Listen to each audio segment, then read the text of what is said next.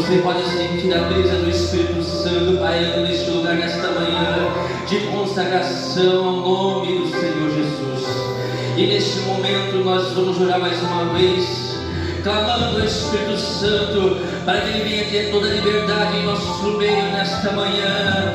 Pai querido, Pai Santo, nós queremos te louvar nesta manhã, meu Pai. Nós queremos te render graças, nós queremos te render glórias e aleluia nesta manhã, papai. Sabendo que o Senhor se faz presente em nosso meio.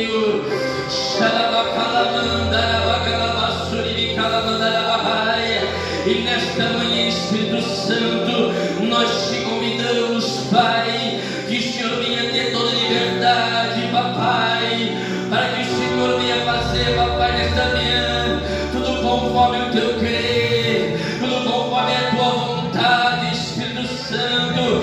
Se nesta manhã, Espírito Santo, o Senhor quiser curar, cura, Pai. Se nesta manhã, Pai, o Senhor quiser libertar, liberta, Senhor. Se nesta manhã o Senhor quiser salvar, salva, Senhor. E se nesta manhã, Pai, o Senhor quiser batizar com o Espírito Santo, Pai, batiza, Espírito Santo, porque o Senhor também nós sabemos, Pai, que o Senhor não mudou, é o mesmo Espírito Santo, e o Senhor se faz presente aqui neste lugar, Senhor. Tenha toda a liberdade, Espírito Santo. É isso que eu te peço e te agradeço nessa manhã, em nome de Jesus. Aleluia.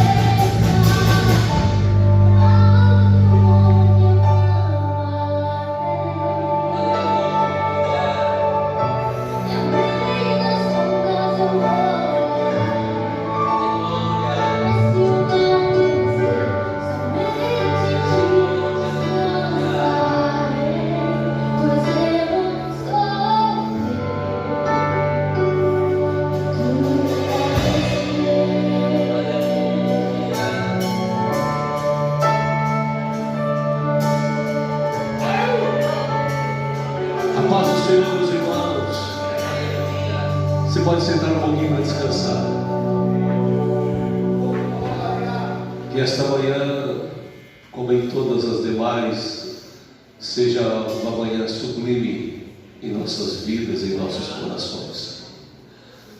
Cada um de nós que se achega aqui para ouvir Deus falar com a gente. E nesta ocasião, neste ano, a gente vai fazer diferente um pouquinho, a cada 3 meses, que é o trimestre da Escola Bíblica Dominical. A gente encerraremos o trimestre com uma aula, mas junto desta aula, uma hora de oração, que foi das 8 às 9. Alguns irmãos estavam aqui, clamando a Deus. Eu sei que hoje nós tivemos uma dificuldade, porque nós temos um grupo enorme de irmãos que estão apoiando e ajudando o trabalho do Haddad ali no acampamento na cidade de Marli. Tem sido bênção. Alguns obreiros estão lá, como o obreiro do Siriu, o pastor Zé Manuel, e também o presbítero Luizinho, que justificou a sua não vinda aqui.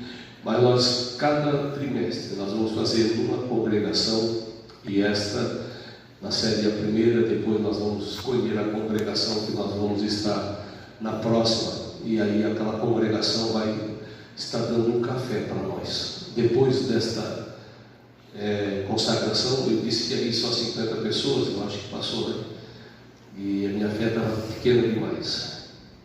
Mas o Henrique e o Meli e a irmã Jennifer, juntamente com o coordenador geral do ensino, o pastor Arley, prepararam um cafezinho ali embaixo para nós. Depois nós vamos passar ali. Agora eu quero levantar com vocês um clamor a Deus. Nós vamos estar orando ao Senhor mais uma vez, e nesta oração nós vamos levantar um clamor a Deus, para que Deus coloque o desejo do nosso povo de voltar a aprender a palavra de Deus. O nosso povo perdeu o gosto pela palavra.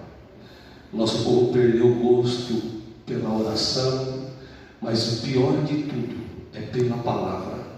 Então nós queremos convidar você a levantar um clamor agora, pedir para que Jesus coloque desde as crianças até o mais idoso entre nós, para que desperte o dom no coração, não o dom, o anseio, o desejo pela palavra de Deus. A escola bíblica dominical é o lugar, é o momento em que nós nos aplicamos a ler e ouvir a palavra de Deus. Os cultos de doutrina é o momento em que nós mais nos aplicamos a ouvir a palavra de Deus. E a leitura em casa da palavra, a meditação, a contemplação da palavra em todos os seus sentidos, é o momento mais especial que nós temos para fazer com que o nome do Senhor seja glorificado nas nossas vidas. Eu quero louvar a Deus pela vida dos jovens, que ontem estavam num grande evento ali em Tubarão, e hoje de manhã já estão aí. Eles vão descer, eu fiz assim que eu combinei com eles. Eles estariam nessa primeira parte aqui, depois quando nós estaremos fazendo mais um louvor aqui. Nesse louvor, os jovens já vão descendo com Isaías, e nós já vamos nos adequando aqui. E quando nós estivermos acabando o louvor, o pastor Arley já estará ministrando a lição da escola dominical. A ministração vai ser da lição da escola dominical. Amém, queridos? Mas primeiro levante a sua mão para o céu, por favor. Se puder as duas, nós vamos clamar a Deus. Eu acabando de orar, a Dani já entra cantando com a banda. Querido Senhor, nós pedimos a tua bênção sobre nós. Mas ao pedir esta bênção, eu peço também que o Senhor nos coloque responsabilidade em nós. Senhor, não existe avivamento sem a tua palavra. A gente sabe disso. Não. Senhor, a gente sabe que não existe avivamento que perdura sem que haja a tua palavra em exercício na igreja. A gente sabe que não existe avivamento sem oração. Não existe avivamento sem rendição, sem confissão de pecados. Não existe. A gente sabe, Senhor, que não existe avivamento sem que o povo não se dobre à tua palavra. Por que tanta, Senhor, saciedade? Por que o povo já está satisfeito demais com o que já ouviu? Jesus, esta igreja, Senhor, é de Deus, ela sempre foi voltada à tua palavra. Não nos deixa perder a sede, não nos deixa perder a fome.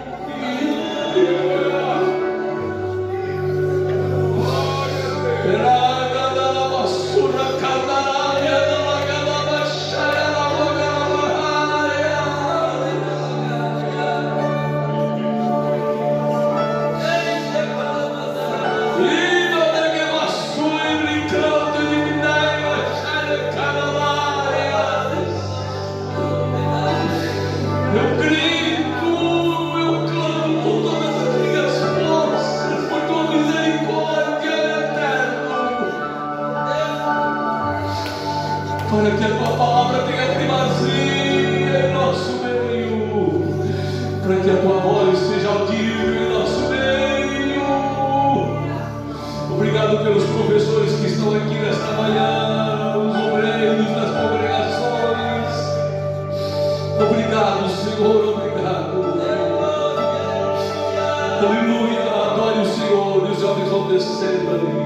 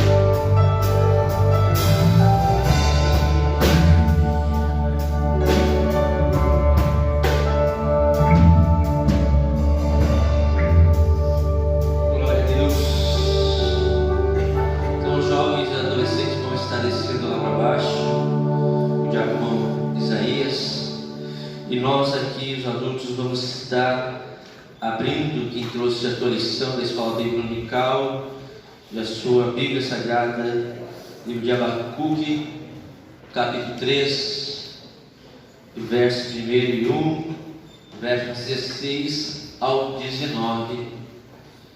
Aleluia, onde nós vamos fazer a leitura bíblica em classe neste momento. Glória ao Senhor Jesus. Glória a Deus. Amém, meus queridos. Abacuque, capítulo 3, verso 1 ao 2, depois 16 ao 19. Diz o verso primeiro a seguir: oração do profeta Abacuque sob a forma de canto. Ouve, Senhor, a tua palavra e temi. Ouvi, aviva, ó Senhor, a tua obra no meio dos anos, e no meio dos anos a notifica. Na ira lembra-te da misericórdia. Verso 16: ouvindo eu, o meu ventre se comoveu, a sua voz tremeram os meus lábios, entrou a podridão nos meus ossos, e estremeci dentro de mim. Descanse eu no dia da angústia, quando ele vier contra o povo que nos destruirá. Porquanto, ainda que a figueira não floresça, nem haja fruto na vide, o produto da oliveira minta, e os campos não produzam mantimento, as oliveiras da malhada sejam arrebatadas, e nos currais não haja vacas. Todavia eu me alegrarei no Senhor, exultarei no Deus da minha salvação. Jeová, o Senhor, é minha força, e fará meus pés como os das servas, e me fará andar sobre as minhas alturas. Amém? Então, neste momento, passo a direção deste consagração, pastor Alei, em nome de Jesus.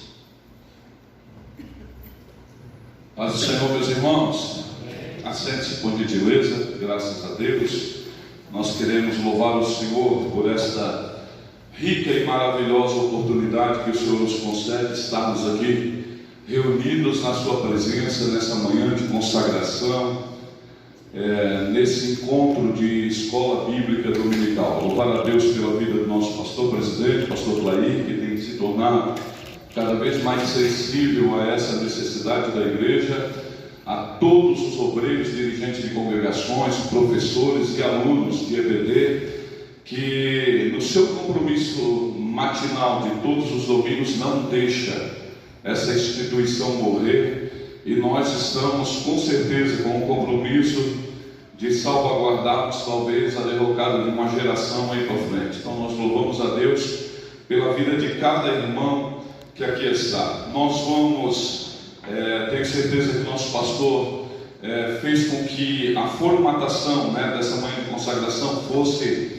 de fato a mesma formatação da escola bíblica dominical, para nós preservarmos a identidade, porque muitas das vezes a gente vem, traz para cá o povo e desconfigura tudo, e o povo não entende, não associa como uma aula de escola bíblica dominical. Hoje é uma aula normal, nós estaremos aí concluindo a nossa lição de número 3, a lição última desse trimestre. Durante todo esse trimestre nós somos impactados pela glória, pela presença de Deus, pelos ensinamentos profundos da sua palavra, de sorte que nós temos visto aí reflexo do compromisso dos irmãos ao serem orvalhados, permeados pela palavra de Deus. E nós temos por certo que Deus falará conosco de uma maneira muito especial. Talvez para alguns que estão nos acompanhando, só como é a última lição, vale a pena, quem sabe, a gente fazer aqui menção daquilo que nós estudamos. Então, lição 1,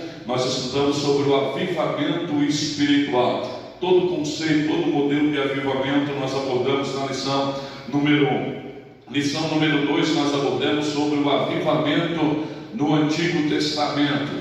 E a gente sabe que são vários os avivamentos que Deus promoveu em todo o Antigo Testamento, desde a época de Enoque, passando por Abraão, passando por Noé, passando por Abraão, passando por Moisés, por Elias e Eliseu, e diversos pontos de avivamento durante a história.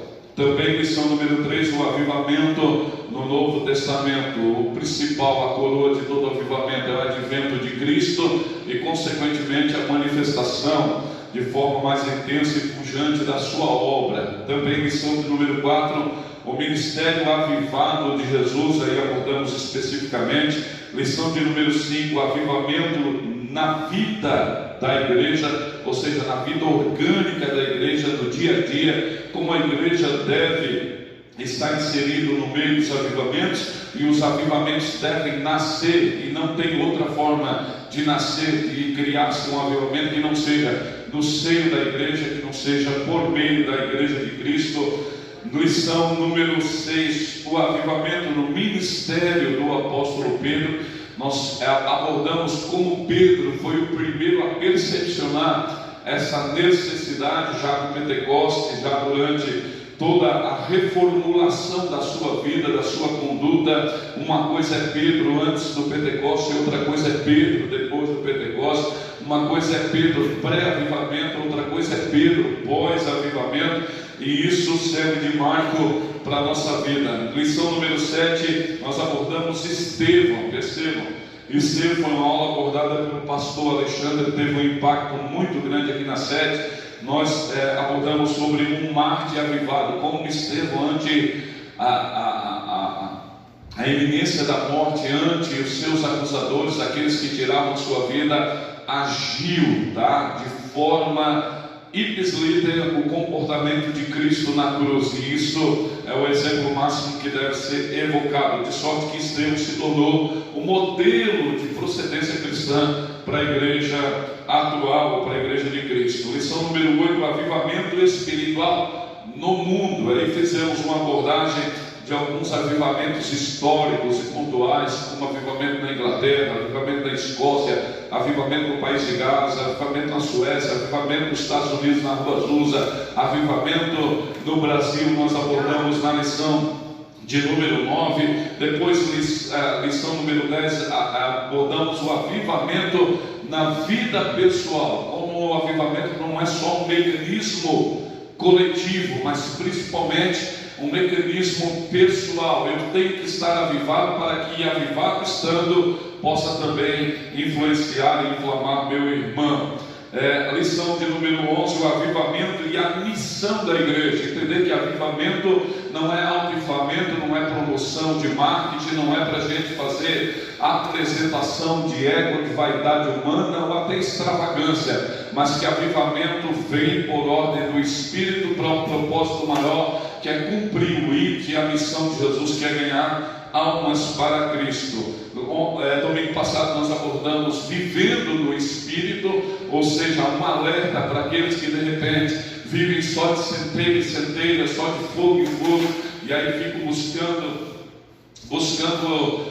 focos de avivamento e não decidem que na verdade o avivamento é uma coisa intrínseca, que a gente precisa estar andando no Espírito e vivendo no Espírito, e assim então a gente promove. O primeiro avivamento é no nosso templo, no nosso tabernáculo, e aí sim será diferente toda a nossa conduta. E hoje nós encerraremos a lição de número 13, que é: aviva, ó Senhor, a tua obra. Amém? Quantos podem glorificar o Senhor por esse trimestre? Aleluia, foi maravilhoso, foi de muito proveito. E agora nós vamos encerrar com esta lição propriamente dita: aviva, ó Senhor, a tua obra. Todos sabem que esse é um brado do profeta Abacuque. Então agora nós vamos entender um pouquinho o contexto histórico dos dias de Abacuque. Por que é importante entender o contexto histórico? Porque o contexto histórico situa-nos, quando a gente vai ler a Bíblia, põe a gente certinho no espaço-tempo. A gente olha para o texto sagrado e a gente passa a entender como é que era a circunstância, quer seja cultural, quer seja religiosa, quer seja espiritual, do dia do profeta, no dia que ele estava vivendo. E a partir do momento que a gente entende isso, a partir do momento que a gente entende todo o contexto histórico, cultural, geográfico, geopolítico, religioso, espiritual, a gente passa a entender melhor a intenção do autor, o que ele quis dizer, o que ele quis expressar aquilo. Uma coisa é eu desvencilhar da vida, do momento em que o profeta está bradando isso: aviva ao Senhor a tua obra. Aqueles que talvez estão desconectados com o contexto histórico pode achar que seja uma frase de efeito. O Abacuque decidiu, achou bonito isso, leu numa parede, leu no cartaz, leu quem sabe numa mídia, e decidiu é bonito, vou replicar isso como a gente tem feito nos dias de hoje. A gente replica muito frases de efeito, replicamos muitos jargões evangélicos, mas não refletimos sobre aquilo que a gente está publicando. E é importante que Abacuque não está falando aqui simplesmente como uma frase de efeito, mas como uma necessidade espiritual nos seus dias. E isso que a gente precisa entender. Então, o contexto histórico dos dias de Abacuque, todos sabem que Abacuque foi o profeta do reino de Judá, sim ou não? Lembra da divisão? Agora vamos entrar na aula propriamente dita. Lembra da divisão do reino? Salomão, quando foi dividido, o reino foi dividido em Roboão, seu filho, e aí foi dividido, 10 tribos foram por norte, 2 tribos ficaram, Judá e Benjamim ficaram no reino do sul, e houve uma cisão, literalmente uma divisão, e aí teve o reino do norte, capital Samaria, o reino do sul, capital Jerusalém, e aí se dividiu literalmente, de sorte que o sacerdócio levítico e todo o cordel profético lá messiânico, ele passou a ser mais atuante, mais real e mais vivo.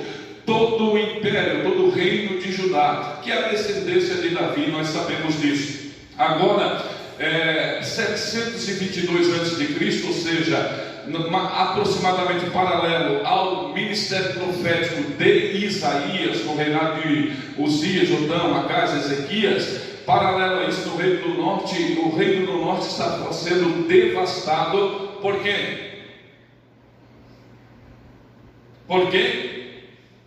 O reino do norte foi devastado pelo império assírio, por Senaqueribe. Senaqueribe devastou o império do reino do norte, destruiu 60 cidades, consumiu a fogo, de sorte que o reino do norte foi levado cativo, e a partir daquele momento quase que não se fala ou não se questiona mais nada sobre o reino do norte. Por que o reino do norte foi destruído no ano 722 a.C.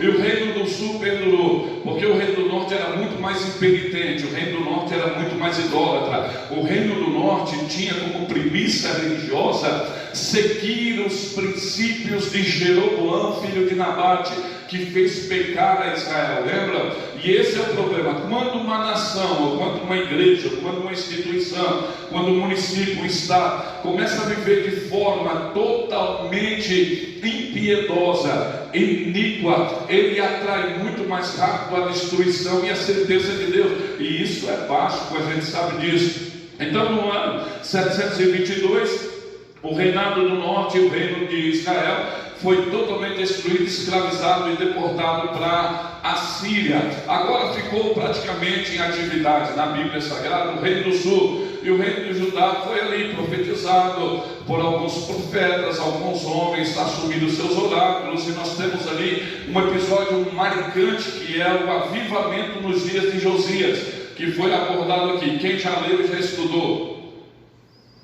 Me dá o feedback, irmãos, é uma aula. Já leram sobre o avivamento dos dias de Josias? Como o sacerdote Ilquias, o pai de Jeremias, acharam na reforma do templo um livro, um rolo escondido dentro de uma câmara escondida, e o rei, ao ler aquilo, ficou impactado, porque fazia durante anos, centenas de anos, que o povo não mais praticava a palavra de Deus como deveria ser praticada. E quando Josias fez reforma, não só militar, mas também religiosa, começou a implementar um avivamento. E o avivamento é aquilo que o pastor daí falou aqui antes de orar. Foi um avivamento através da palavra.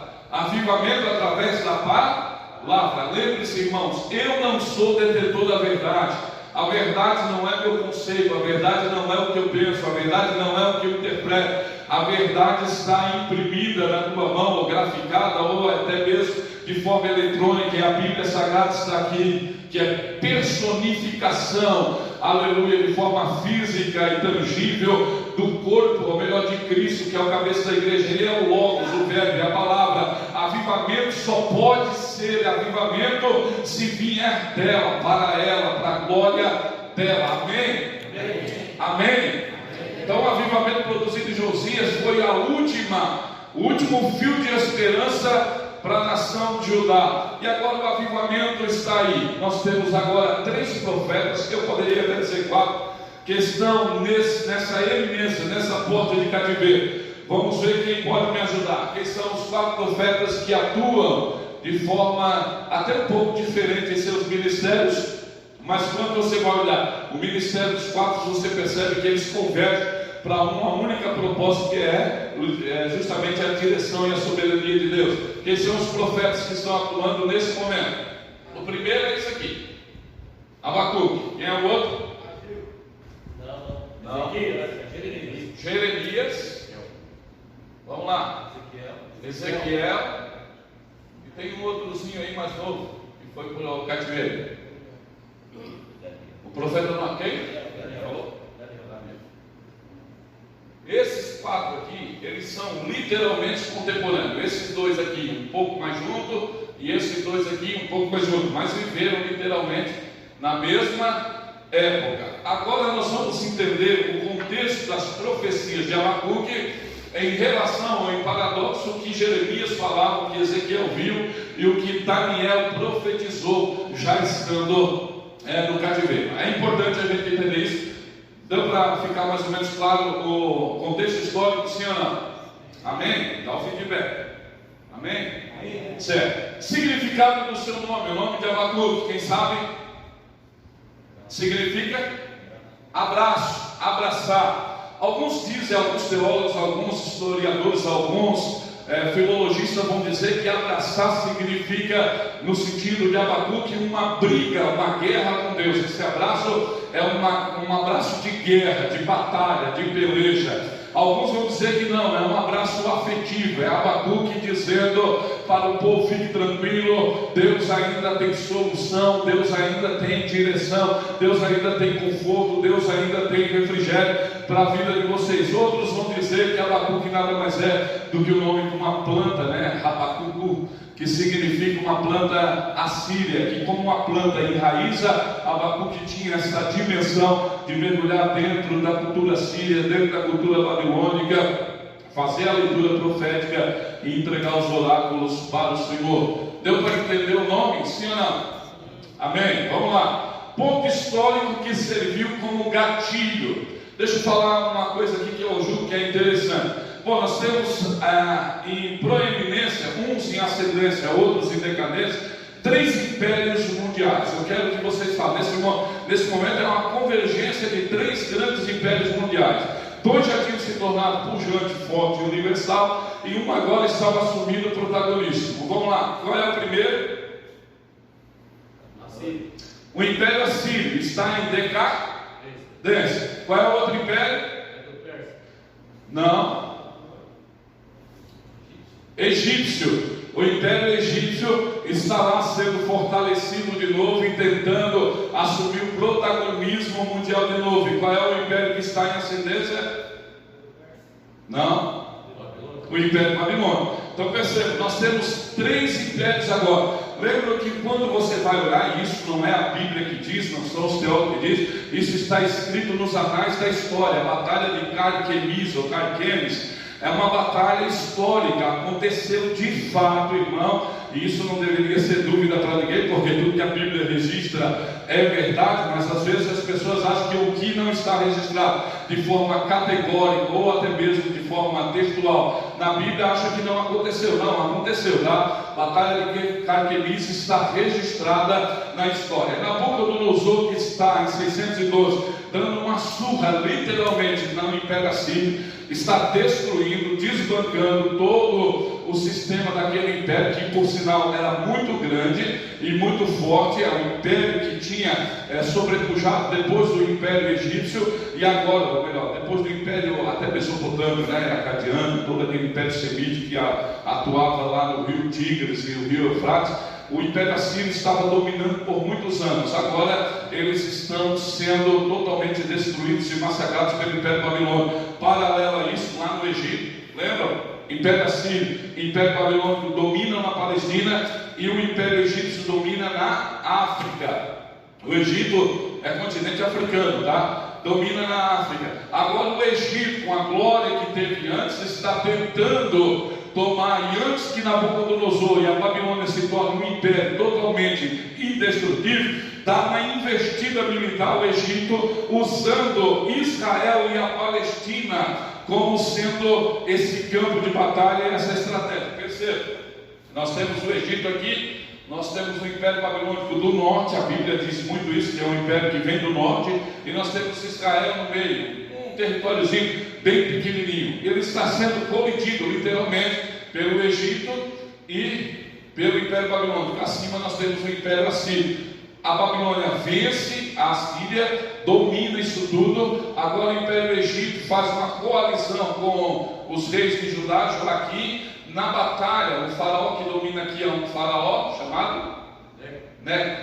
Faraó Neco II, ele está dominando. Ele vem para dar uma investida para tentar minimizar a fúria de Babilônia. E acontece que quando Babilônia se direciona para lutar contra o Império Egito, ele assume a direção literalmente de Israel. Quando ele vence na batalha de Carquemis, o Império Egípcio, ele aproveita o momento que já está em território palestino e sitia Jerusalém. Vejam só como é que isso foi decisivo. Agora, de repente, alguém pode dizer: então isso aqui foi só um ato falho da história. Então não foi não, irmão. Quando a gente vai olhar as profecias de Abacuque, o que Jeremias profetizou, o que Daniel profetizou, nós vamos ver que por trás de todas essas manobras humanas, de império, de reinos e de ações humanas, está literalmente a mão de Deus, que é o orquestrador de tudo, conduzindo todas as coisas. Nada pega Deus de surpresa. Há no nosso meio quem pensa ainda que a pandemia pegou Deus de surpresa.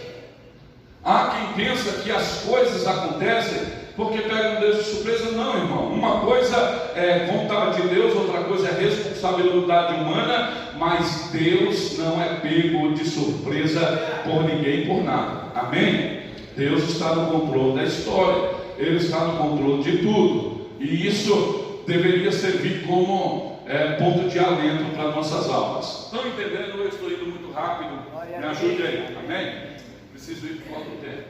Vamos lá. Então, ponto histórico que serviu como gatilho foi a batalha de Carquemis, quando o Egito é derrotado pela Babilônia. A Babilônia já tinha derrotado a Síria, grave isso. E depois da Babilônia se tornando cada vez mais forte por gente, aproveita que já está em território, sitia a cidade de Jerusalém. O que é sitiar uma cidade? Cercar ela. E eles cercavam no intento já de destruir o muro, de arrasar a cidade. Não, o que é um sítio? Como é que se dá um sítio? Vamos lá, um sítio em guerra, tempo de guerra. Imagine que Garopaba fosse sitiada, o Senhor repreenda isso, mas que Garopaba fosse sitiada. Nós teríamos navios de guerras inimigos no litoral, sim ou não? Patrulhando e não deixando que nenhum barco, nem pesqueiro e nem barco de guerra pudesse atravessar a linha da estratégia de guerra, ou a linha do limite de guerra. Não podia ultrapassar, pelo contrário, você teria um ataque. Nós teríamos todo o litoral, todo o limite territorial também composto por acampamentos de inimigo, de sorte que comida não entraria e também não sairia escoamento, e os pontos sensíveis de uma cidade seria totalmente destruído. Quais são os pontos sensíveis de uma cidade? Água, energia, combustível, farmácia, armamento, alimento, tudo isso seria bloqueado. O que ia acontecer com nós?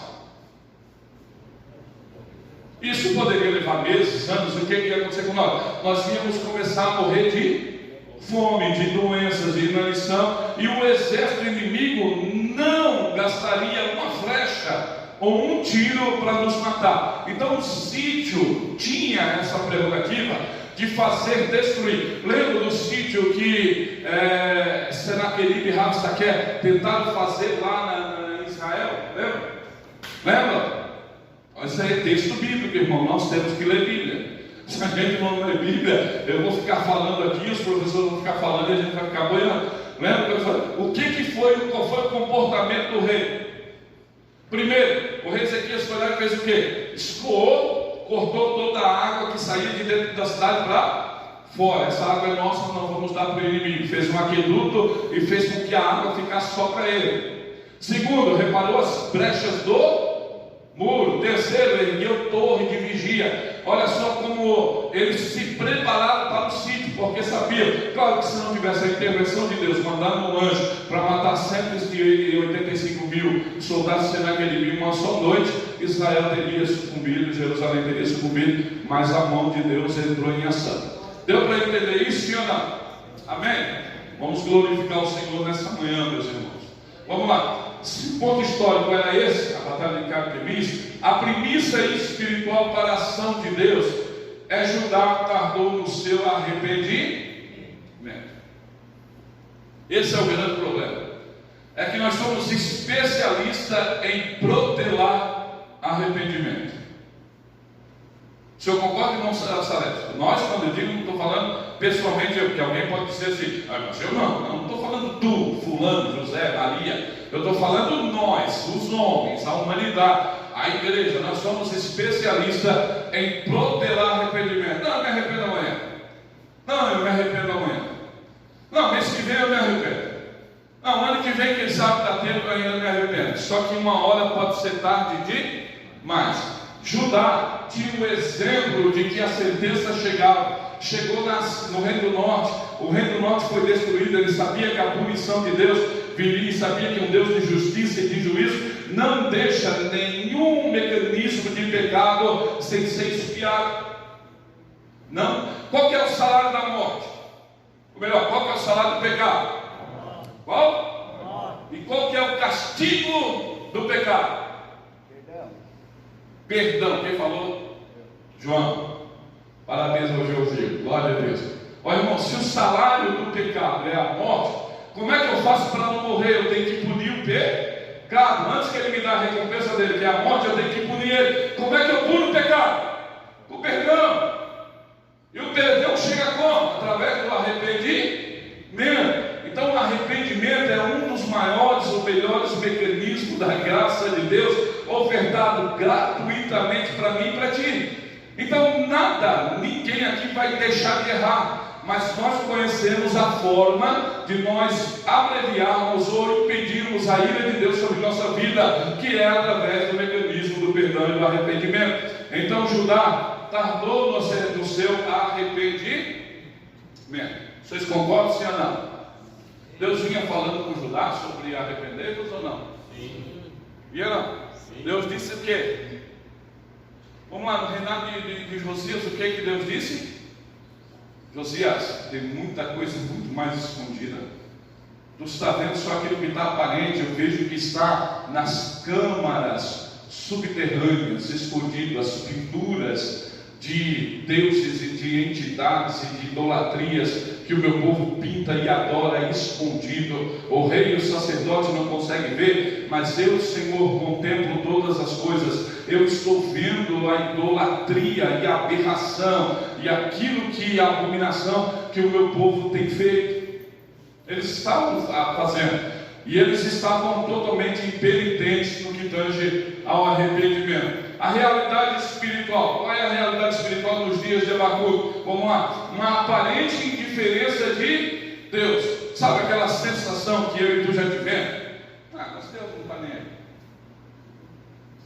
A gente vê fulano fazer miséria na igreja, ciclano fazer isso, líderes fazer aquilo, e dá a impressão que Deus não está nem aí, que Deus já está tão distante, tão longe, que abandonou a gente às traças, ao léu, e que o que está imperando mesmo é vontade de homem. Se tu disser que nunca tivesse essa sensação, é porque você não faz uma leitura adequada da realidade.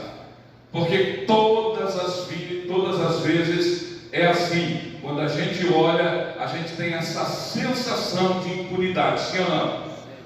Não, sejam sinceros. Olha, o Asaf, que é o Asaf, irmão, que era o cara que via a glória de Deus de forma visível. Asaf, quando cantava ele, o Emã e o Jedutum, a glória descia, viu? Cortina de glória entrava dentro do templo, eles não conseguiam sair, quem estava dentro fora não conseguia entrar, tamanho era o impacto da glória de Deus. Esse cara que via a glória visível de Deus, ou seja, a Shekinah, ele disse: olha, quando eu passei a olhar para os ímpios, o que ele disse? quase me desviei, quase resvalar dos meus pés, porque eles vivem no pecado, vivem na miséria, plantam tudo que eles fazem prospera, tudo que eles projetam dá certo, e eu, Senhor, que sou teu servo, é debaixo de luta, de batalha, difícil conseguir as coisas, é uma guerra para fazer, a gente sonha e não dá certo, projeto e não dá certo, é perseguição, é inveja, é murmuração, é calúnia, é uma batalha terrível. Aí Deus fez ele olhar de outro jeito.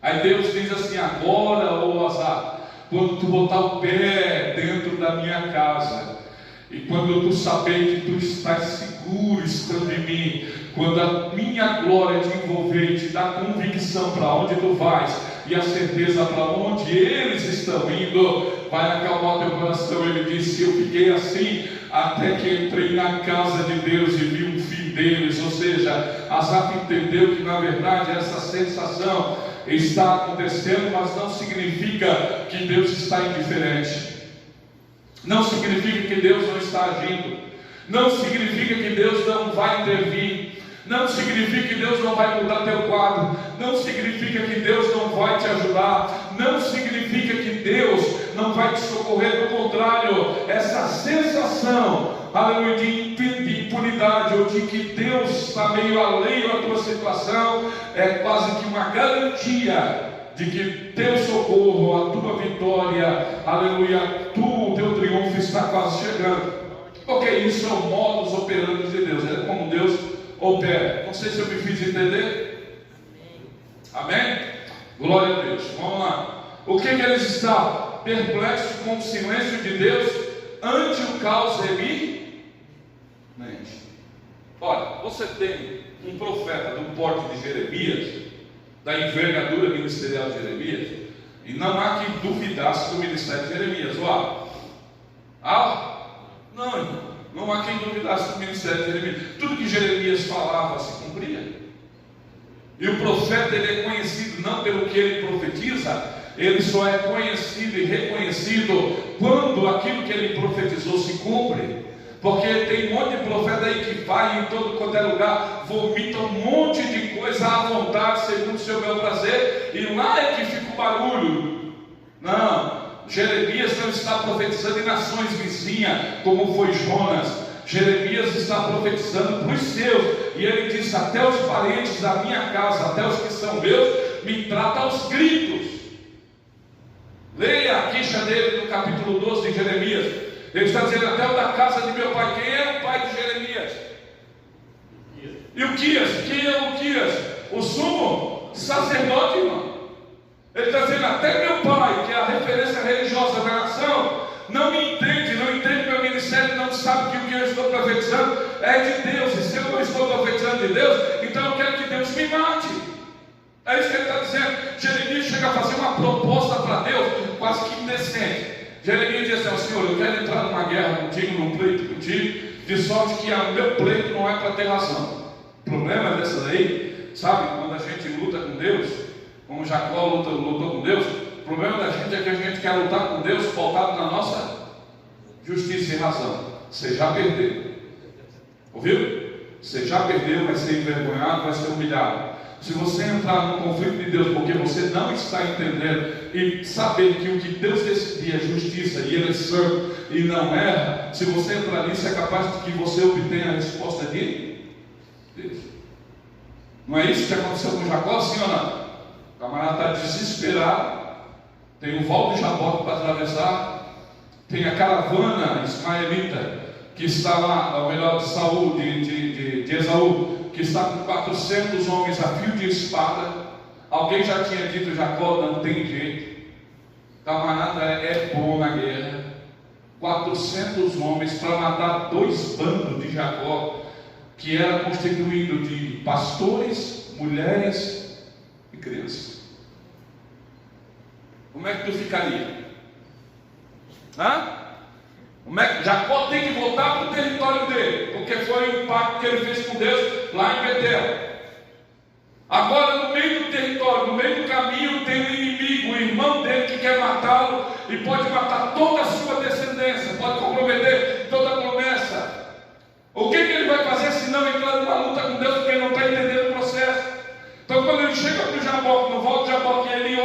e vê totalmente um homem de branco que não pertence nem lá nem aqui, ele disse: é Deus, eu vou grudar nele e eu não vou deixar ele ir sem antes me dar uma resposta, sem antes me abençoar. Isso é guerra legítima com Deus. E a Bíblia diz, e não tem nenhuma pretensão de menosprezar Deus, e diz que Jacó lutou com Deus e prevaleceu. Mas quem é que luta com Deus e prevalece se Deus assim não quiser deixar que o camarada ganhe? Não é verdade? Aí o que aconteceu? Deus foi olhar, trabalhou no coração do irmão, converteu a caravana da morte em caravana da vida. Ao invés de espada, deram um abraço, trocaram o presente, foram abençoados. Cada um seguiu o seu plano, porque Deus também cuidou de abençoar Esaú. Então a perplexidade com o silêncio de Deus ante o caos eminente. Eles estavam ali no meio daquela batalha, no meio daquele perigo, e o Senhor estava dando a resposta. Eles não estavam percebendo, porque Jeremias estava dizendo: Senhor, não entendo como é que isso está acontecendo, então vou fazer uma proposta para ti no meio dessa minha guerra. Vamos matar todo mundo, Senhor. Olha o que Jeremias diz: mata todo mundo. Mata eles como ovelhas que estão indo para a matança, acaba com todos eles, e aí eu acabo com o meu sofrimento. Aí Deus diz para Jeremias: sabe o que? Jeremias, não posso matar o que já está morto. Esse povo não me sente, esse povo não. Aí a gente às vezes quer que a nossa luta, o nosso irmão, o nosso inimigo seja morto para aliviar a nossa prova, só que a gente não percebe que já estão mortos, que estão distantes de Deus, e nós temos que ser usados não como instrumento de morte, mas como instrumento de vida, para que a mão de Deus seja entre em ação. Então eles estavam totalmente atônitos, porque o caos estava ali. Jeremias estava profetizando o quê? Jeremias é aquele profeta que bota rosinha na cabeça dos crentes, é isso? Que bota o crente no divã e diz assim: prepara aí teu ego, que eu vou massagear teu ego. Ele vai ficar tão inchado, tão grande, que tu vai sair daqui pensando que tu és um mini Deus. É isso? O que Jeremias diz para o povo? O que Deus tem para vocês é porta de cativeiro. O que Deus tem para nós é jugo, é canga. Nós seremos escravizados, nossas mulheres serão mortas, nossos filhos serão queimados, nós seremos arrastados, amarrados em cavalos pela floresta do Jordão. Está vindo o inimigo do lado do norte, que é avassalador, impiedoso, não tem pena de ninguém, e pasme, vocês queiram aceitar ou não, ele vem sob a tutela de Deus, sobre a direção de Deus, é instrumento punitivo, porque caiu a glória da nossa cabeça. Ai de nós, porque pecamos. É isso que ele está dizendo. Quem é que convida um profeta desse para o churrasco? Quem? Seja sincero, quem convida um profeta desse para o churrasco? O profeta que profetiza que tu vai vencer isso, aquilo, que é possível realmente que tenha esse tipo de profecia. É fácil, esse a gente quer ao redor da gente. Mas quem profetiza? Quem profetiza a vontade de Deus, às vezes, ele tem que oferecer ervas amargas para o povo. Às vezes tem.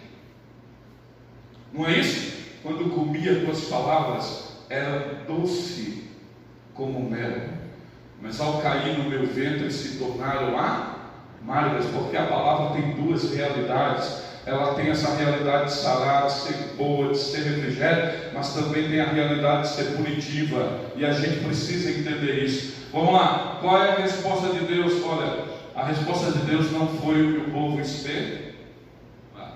Sabe o que o povo esperava? Ou não, isso aí é só uma luta, uma batalha, vai passar rapidamente.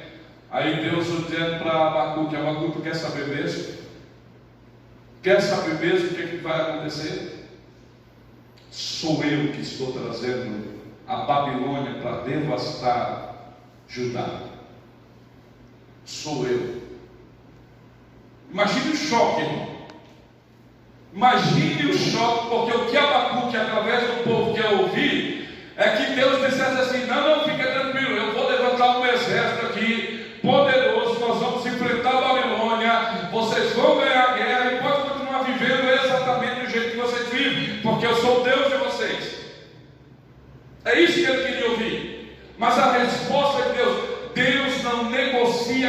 sua moral. Eu posso querer o que quiser querer. Eu posso desejar o que eu quiser desejar. Se o meu desejo não estiver em consonância com a moral e a vontade de Deus, não acontecerá. Não acontecerá. Porque o que rege sobre mim não é minha vontade, mas sim a vontade de Deus. O que rege sobre a igreja não é a nossa vontade. Nós poderíamos promover coisas excelentes, porque temos criatividade para isso, mas se não tiver a força, a potência de Deus, o Espírito Santo agindo, nós não realizamos nada. Tudo é tragédia, tudo é caos, tudo cai em ruína.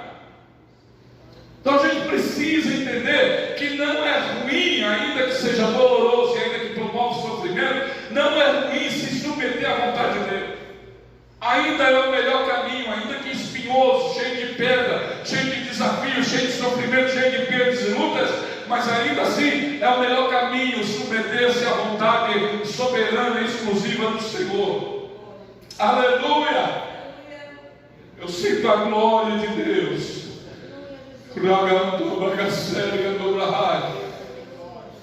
Porque tem coisas que acontecem na nossa vida, no nosso ministério, nas pessoas que estão à nossa volta, que a gente não entende, irmão.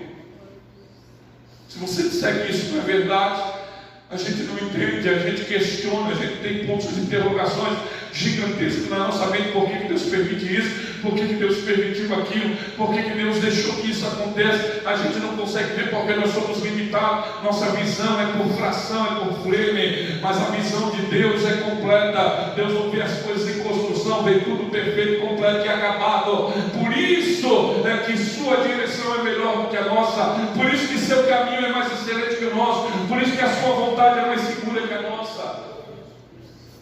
Tá? A resposta, de Deus não foi o que eles esperavam. Agora tem uma contra-resposta. Isso aqui é tremendo.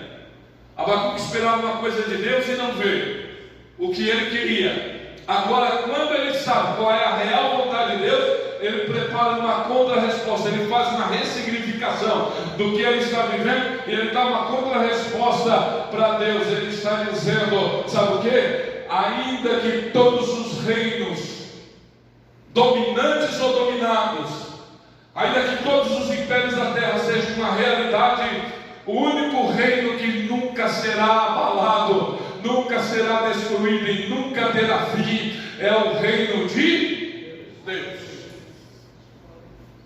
Ou vocês acham que aquela fala de Jesus é uma fala aleatória? Jesus, ele é o legislador do reino, sim ou não? Moisés é o legislador da lei. O que é legislador? O que a igreja entende por legislador? Aquele que fabrica leis. Legislador é o que fabrica leis. Nós temos o poder legislativo na cidade, que é os vereadores.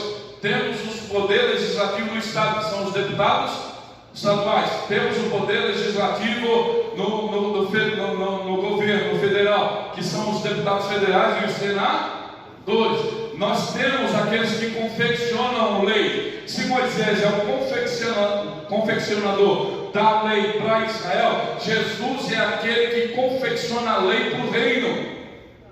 E a Bíblia diz que nenhuma palavra enganosa saiu da boca de Jesus. Então tudo quanto ele falava era uma sentença profética, uma lei que ele estava criando e estava promulgando. O que Jesus mais usou em todos os seus discursos e pregação, é chegado a vós o reino de Deus.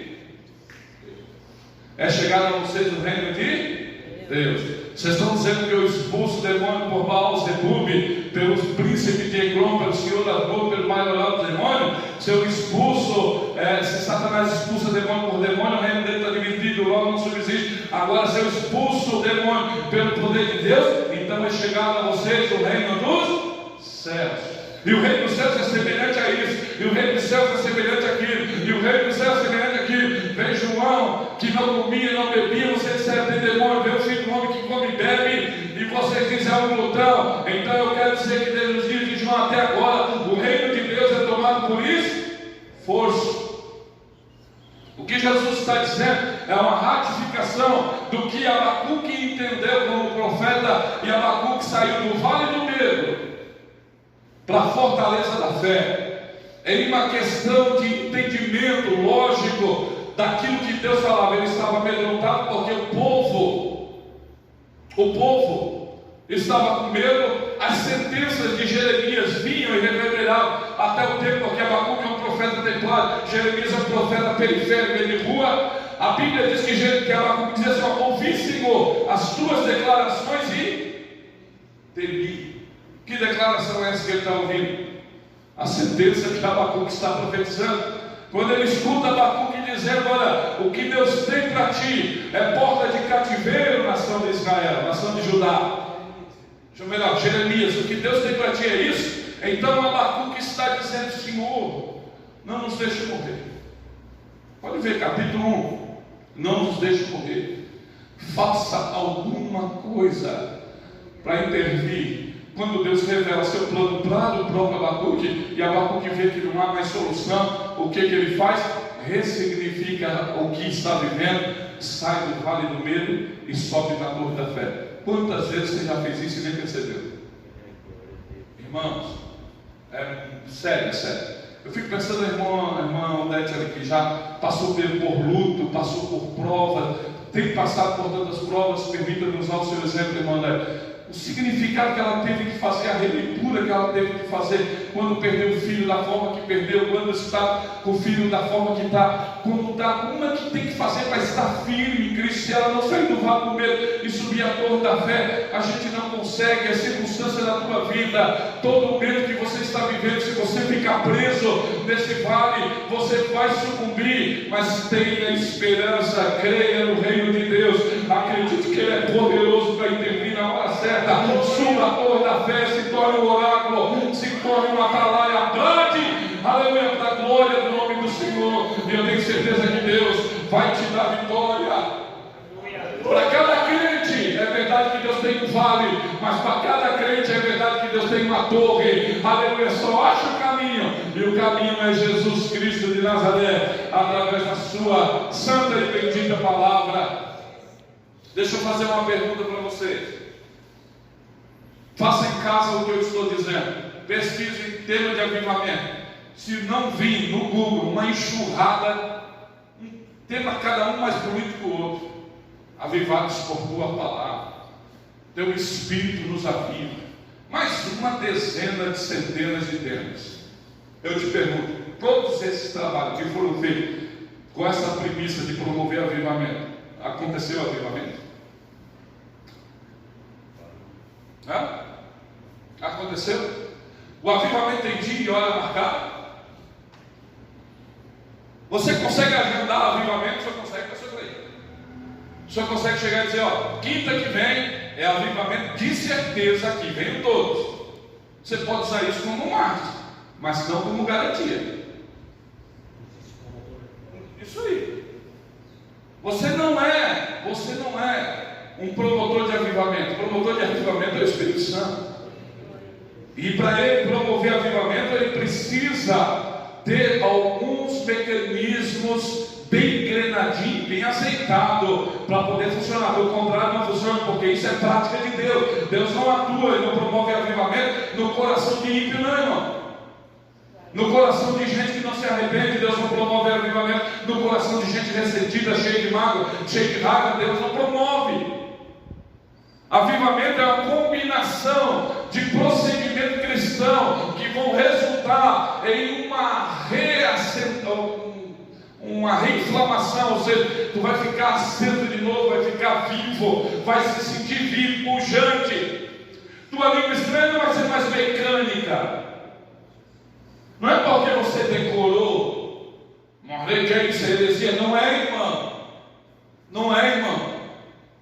Tem um monte de gente que fala língua estranha porque decorou a fonética da língua estranha, mas não vem daqui de dentro, não sente pujança, não sente arder a alma.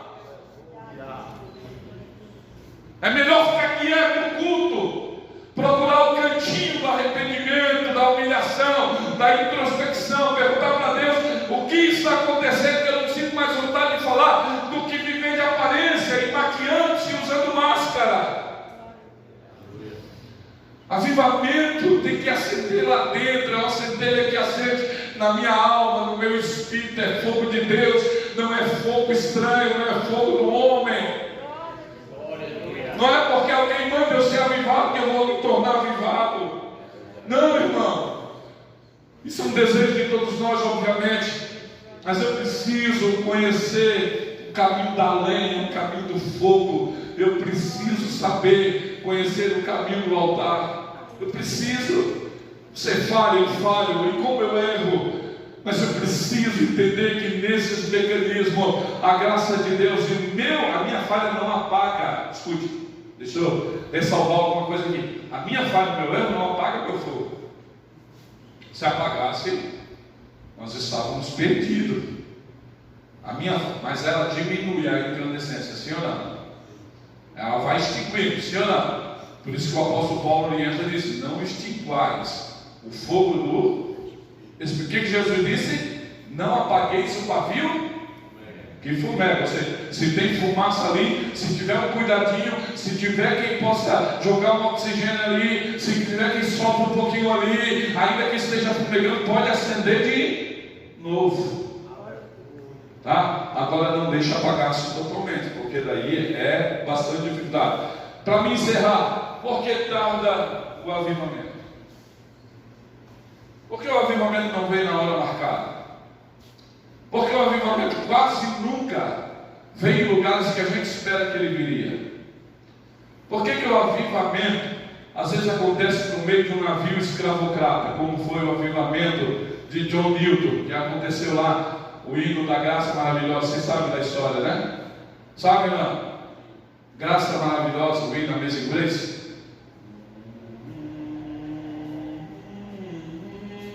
Eu não sei cantar, só sei essas coisinhas aí.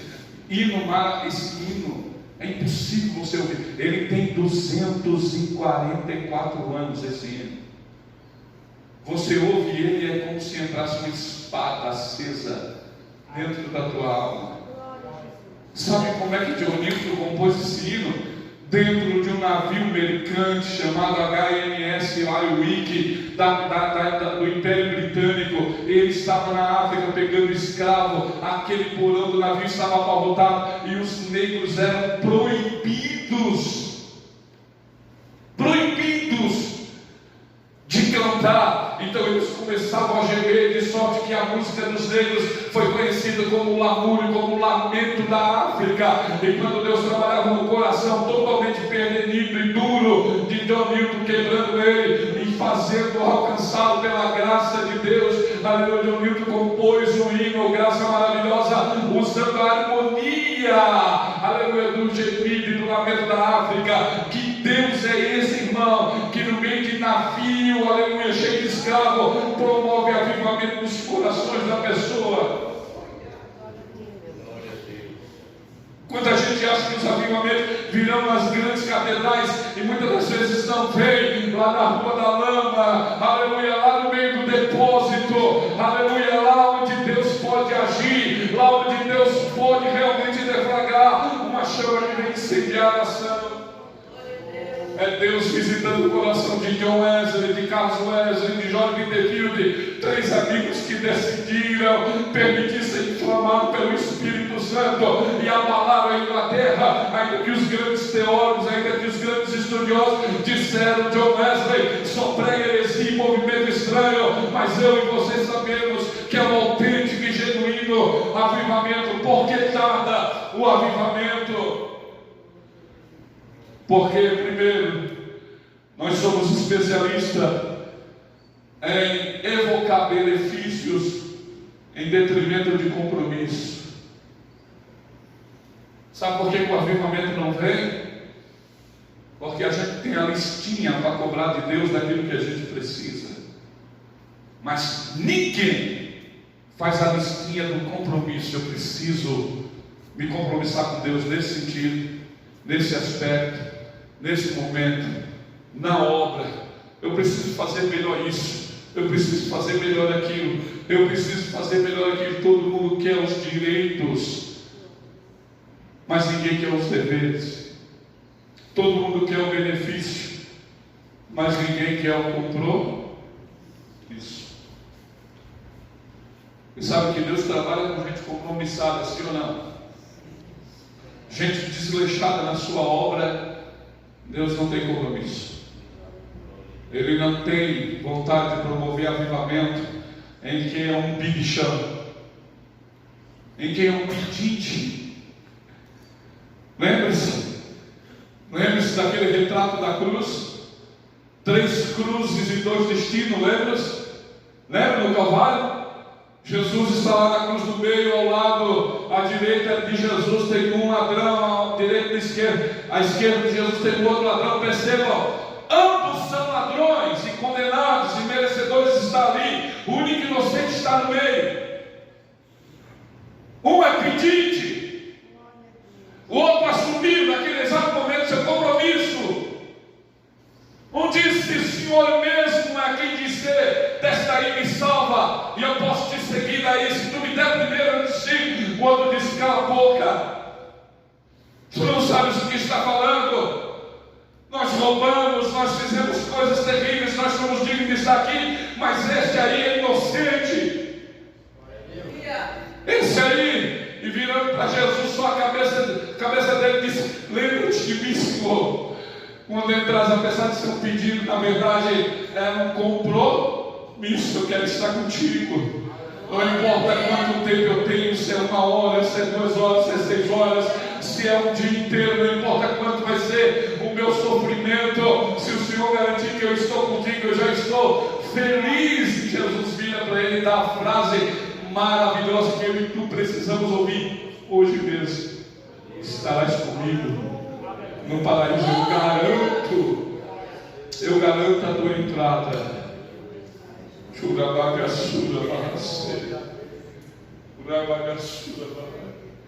Porque tarde o avivamento, porque nós preferimos benefícios a compromisso, dinheiro a arrependimento. Já estou encerrando. Dinheiro a arrependimento. Nós somos ávidos por mecanismos que nos abençoam. Nós somos ávidos por aceitar campanhas que nos prometem coisas físicas, sim ou não? Deixa eu fazer um teste. O pastor convocou o campo inteiro para a consagração. Nós somos um bom número. Estamos satisfeitos com o número que está aqui, pastor. Eu estou. Poderia ser melhor? Poderia, mas eu estou demais satisfeito com vocês aqui. E eu tenho certeza que Deus também. Mas se a proposta da convocação do pastor fosse o seguinte: gente, venham, porque eu vou orar pela chave do apartamento de vocês, para vocês ganhar um de 7 quartos, a casa para vocês, o carro para vocês trocar, eu duvido se aqui não estaria mais abarrotado de gente. Duvido. Eu duvido. Se a proposta não é eclesiasticista, não é utilitarista, se ela não promove. Nós precisamos inverter essa ordem. Arrependimento já, dinheiro é decisão deliberada de Deus, e vá trabalhar, que eu tenho certeza que Deus vai te abençoar.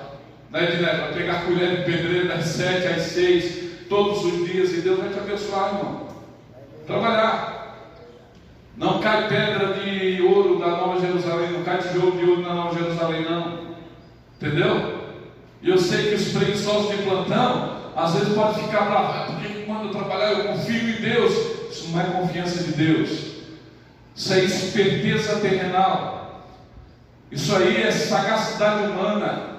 Se você confia em Deus, você sabe que o trabalhador é digno do seu salário, você sabe que o homem tem que trabalhar, você sabe que do pó nós alimentamos a nossa casa, você sabe que o trabalho dignifica o homem, você sabe que Salomão diz: aprende com a formiga, ó preguiçoso.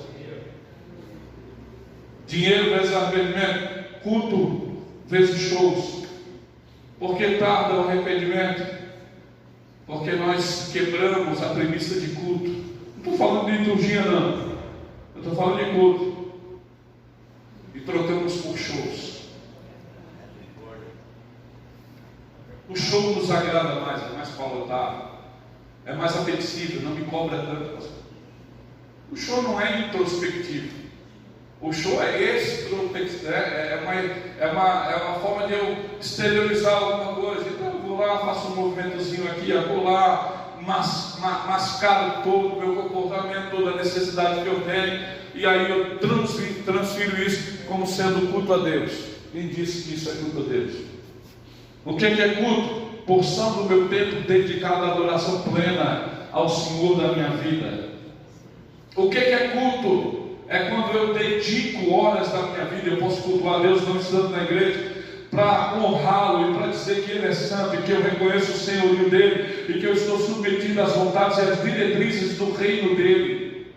Culto é quando eu reconheço que Deus é soberano, e não importa que os outros dias em minha fé garante isso. O show não, o show é uma apresentação performática. E a pena que tem é que a gente sempre busca essas coisas. Ninguém vem para cá para a escola bíblica dominical, para o curso de teologia, para o curso de doutrina e da edificação, para ouvir o pastor presidente. Quase ninguém vem, mas nós vamos 20, 30, 40, 50, 60 quilômetros, 80 quilômetros para ver um show. Eu mesmo já fui. E às vezes a gente se arrepende porque tudo que vê não é, parece que você não tira o diagnóstico que é de Deus. Então que a gente não transfira culto por show, porque do contrário, o avivamento vai tardar e não chega. Identidade e fervor na oração. Por que tarda o avivamento? Porque perdemos. Irmão, eu fiquei envergonhado hoje de manhã.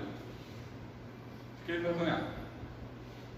Quando o nosso pastor teve que levantar da oração e teve que fazer uma observação, que era uma manhã de consagração que a gente tinha que orar. Fiquei envergonhado. Ele estava orando, eu queria perguntar se eu podia usar o quadro. Cheguei perto dele, fiquei com medo. Eu disse: Henrique, vai lá e pergunta tudo. Eu não quis nem chegar perto dele, eu seria responsável pelo Henrique, tadinho. Porque ele estava mergulhado na oração, porque outros estavam mergulhados na oração. Mas é verdade que todos estão intensos na oração. Eu não oro como deveria orar, não busco como deveria buscar. É verdade. Sabe o que Deus falou um dia para mim, quando eu questionei por que Ele não me responde mais, como me respondia antes? Ele disse: porque te falta emoção, te falta intensidade na oração. Sabe por quê? Não oras como oravas antes, não buscas mais como buscavas antes, e tu queres que eu te responda do mesmo jeito? Percebam que à medida que Deus ia dando não para Ana, ela não perdia intensidade, pelo contrário, ela mais acentuava a intensidade na oração, ao passo que ela chegou no clímax, no máximo que ela podia ofertar, era um balbucio, um gemido, uma dor na alma, e naquele exato momento desceu a resposta de Deus, e Deus glorificou o nome dele na vida da sua serva. Sabe por que está o avivamento? Porque nós perdemos intensidade na oração, na vigilância. Nós perdemos a intensidade, irmãos. Que Deus nos devolva isso para a glória do seu nome. Sabe por que tarda o avivamento, pastor Clay, Paulo, Nini? Sabe por que tarda? Porque nós estamos roubando a glória de Deus. Porque nós nos tornamos larápios da glória de Deus, ladrões da glória de Deus. Porque nós somos tributadores da glória de Deus, porque nós queremos a honra e a glória para nós, porque não transferimos a glória para Ele. Tudo é dele. Lembra aquele mecanismo que tanto Isaías viu, quanto também Paulo fez questão de passar? Eles disseram: porque dele, por meio dele e para Ele são todas as coisas. Porque dele, por meio dele e para Ele, o que vem dele, volta para Ele, irmão, não fica retido em nós. A glória é dele. Aleluia. A teologia de Abacuque é a base para a teologia paulina e a aurora da reforma. Você sabia disso?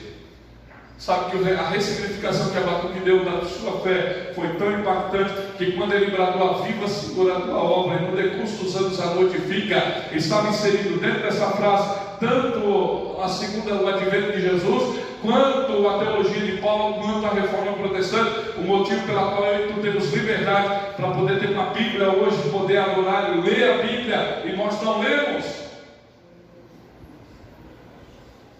Você sabia que em Abacuque 2:4 que ele brada: o justo viverá pela fé? Não foi Paulo que disse isso, quem falou isso foi Abacuque. Abacuque entendeu que não é por rito religioso, entendeu que é pela fé, e o justo, aquele que é justificado, vive pela fé em Deus. E ele entendeu isso, e a reforma também, Romanos 1:17, Paulo usou. E quando Martinho Lutero entrando na biblioteca do mosteiro, pegando uma Bíblia escondida da qual ele não tinha permissão para ler, mas abria a Bíblia, você acha que é coincidência? 31.173 versículos, e Martinho Lutero vai ler exatamente Romanos 1,17. Vocês acham que isso é coincidência? Moçada, 31.173 versículos na Bíblia, e Martinho Lutero lê exatamente Romanos 1,17: o justo viverá pela fé, no meio da maior crise de indulgência da Igreja Católica. Não é por mérito, Martinho Lutero está dizendo agora pela fé. Então, se é pela fé, então não precisa de ser fixo as 95 teses na igreja de Wittenberg, na Alemanha, e aí deflagrou um grande avivamento que foi a reforma protestante, da qual eu e você somos oriundos. Vamos lá, não podemos, para concluir, não podemos terceirizar o processo de avivamento aos oficiais do templo. Isso deixa os jovens só sentar aí, eu estou encerrando com isso. Nós estamos vivendo a época da terceirização, sim ou não? Me dá um feedback, irmão, parece que eu estou falando. Sim ou não? Estamos vivendo a época da terceirização, sim ou não? Vamos fazer o forno na igreja, terceiriza. Vamos fazer isso, terceiriza. Uma empresa contrata uma outra, que contrata uma outra, que contrata uma outra, para poder prestar um serviço. E no final, a gente vai gastando dinheiro. Nós estamos vivendo a época da terceirização. Tá, deixa eu dizer uma coisa para vocês. Deus não permite fé terceirizada. Fé é singular, é peculiar. A da irmã Meire é dela, não é minha. A do pastor Clair é dele, não é meu. A da irmã Sara é dela, não é do pastor Clair. Dá para entender? A do Douglas é do Douglas, não é da Sara. A minha fé não pode ser terceirizada. Não pode. Então por que eu terceirizo mecanismos de avivamento para os oficiais da igreja? Porque eu não quero assumir responsabilidade, porque eu não quero ter compromisso, porque eu não quero ser uma pedrinha acesa nesse mecanismo de avivamento que eu tanto desejo, mas que jogue terceirizo para os oficiais da igreja. Não, primeiro tem que ser o pastor, não, primeiro tem que ser o presidente, o vice-presidente, primeiro tem que ser o professor, o dirigente, depois sim eu faço. Não, irmão. Se nós que somos líderes muitas das vezes não estamos entendendo a premissa básica de avivamento, pode ser que Deus queira fluir o reino através de ti aí mesmo. Desde quando você se torna sensível, a voz de Deus entra no mecanismo da graça, tenho certeza que Deus poderá promover um avivamento genuíno e autêntico através da tua vida. Não terceirize tua fé, não deixa ninguém sentir Deus por ti. Não deixa ninguém sentir Deus por ti. Eu peço, pastor, vamos poder, será que eles podem cantar um hino? Vamos cantar um hino, vem ali o conjunto. Vamos ficar de pé. Vamos adorar o Senhor nesse momento de consagração. Vamos pedir a Deus perdão pelos nossos erros, pelas nossas falhas. Vamos ofertar a Deus nossa vida como um processo de avivamento para esse tempo que se chama hoje. Aleluia. Eu vou passar para o nosso pastor. Ele vai estar orando por nós, por nossas vidas.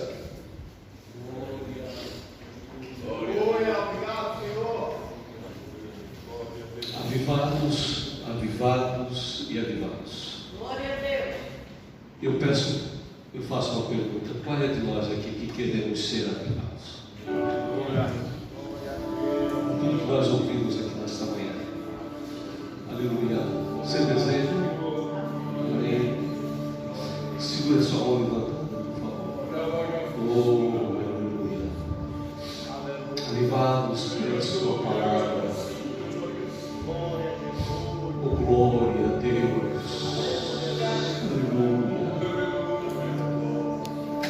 Avivados por sua graça, avivados por sua misericórdia, avivados pelo compromisso que devemos ter com o reino. Aviva-nos, Senhor. Aviva-nos, Senhor. Ó Deus, nós oramos agora. Nós estamos numa escola dominical e será um trimestre sobre avivamento. Espalha como brasas nesta cidade, Senhor. brasas acesas.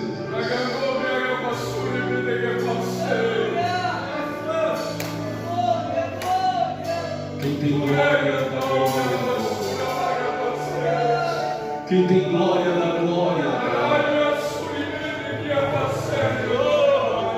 quem tem línguas estranhas, comece a falar em línguas estranhas. Quem é batizado com o Espírito Santo, cita o seu revólver. Quem não é batizado com o Espírito Santo, receba a parte de Jesus e batiza com o Espírito Santo. Quem precisa de arrependimento e de perdão, vem aqui na frente agora. Vem aqui na frente, você que precisa de arrependimento. Morra aqui na frente, você que precisa se arrepender. Jesus está neste lugar.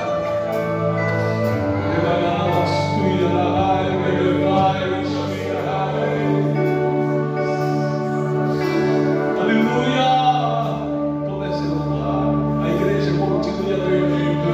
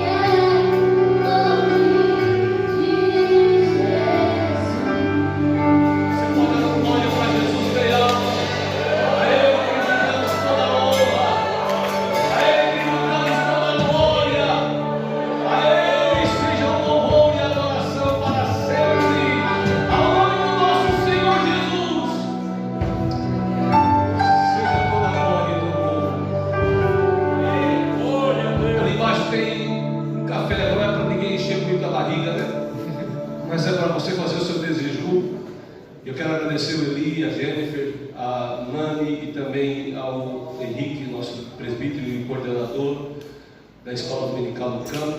Nós estamos promovendo isso aqui e promovendo esse trabalho. Nós estamos convidando vocês para estarem participando sempre das escolas bíblicas dominicais na sua congregação, aqui na sede. Parece que a Ferrugem vai abrir também agora uma classe lá, e isso é bênção de Deus. Vamos estar neste momento encerrando, e desce ali, tem umas cadeirinhas para você sentar, e talvez eu saia um pouquinho mais cedo, porque eu vou participar ainda do Haddad, né? Encerramento do Haddad lá em Maruí, lá no sítio, um lugar muito lindo que eles estão. Semana que vem começa relacionamentos em família, outro assunto tremendo e maravilhoso que tanto nós precisamos. Obrigado, Amanda, obrigado, Deus abençoe vocês, obrigado a todos vocês que vieram. Segure a sua mão assim, que a graça do Senhor Jesus Cristo, o amor de Deus e a comunhão do Espírito Santo seja conosco desde agora e para sempre. Todos digam amém. Amém.